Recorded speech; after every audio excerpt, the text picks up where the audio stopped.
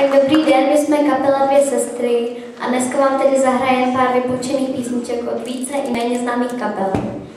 Jako první vám zahrajeme na úvod, čemu se ani nedá říct tolik písnička, je to velice krátké, když jste nás pozvali od Spiritual Window.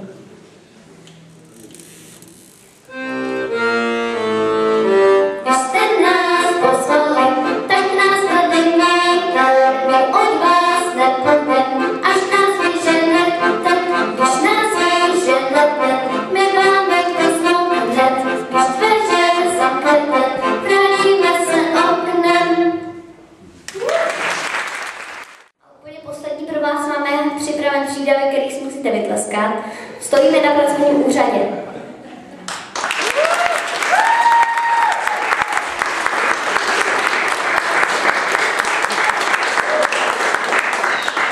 Pam, pam, pam, pam, pam, pam, pam, pam. Stojíme na pracovním úřadě, čekáme celkem tiše.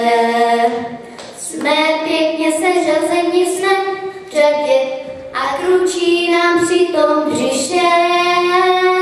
Nemáme ale zájem o práci, říkali jsme to už kolikrát. Chceme jenom dostat nějakou dotaci, ať můžeme zase v klidu spát. Vcházíme tam podle pořadí, spatříme-li beznou tvář. Paní řekla, já vám poradím a nepotřebujete žádný formulář. Mám pro vás návrh asi takový, nejdu na to žádnou oklikou. Když je někdo bez talentu jako vy, může se klidně živit muzikou. La la la la la la la la la la la la la la la.